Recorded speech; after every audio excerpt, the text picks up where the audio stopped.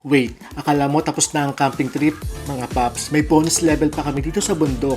From overnight camping sa Sohaila Lake, bigla ang side trip lang tao. Pero grabe, Hata Dam pala. Look at this view, parang green screen. Pero totoong buhay to, tahimik, presko. Tapos yung tubig, parang painting.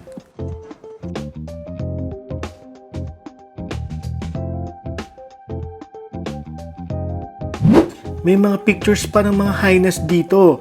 Legit na special place talaga tong Hata.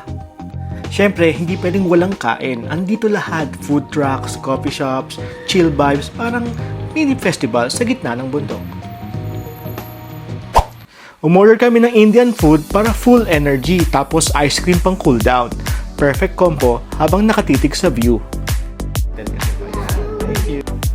Then, heto na. Kayaking na sa Hata Dam. Grabe. Tahimik lang, kalmado, tubig at bundok.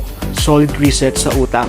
And then, umuwi na din kami after. So guys, kung nasa UAE ka, try mo din dumaan dito habang winter season pa. Mas presko, mas masarap tumambay. Hindi ka magsisisi. Promise. This is Rai. Follow me kung gusto mo ng mga ganitong content.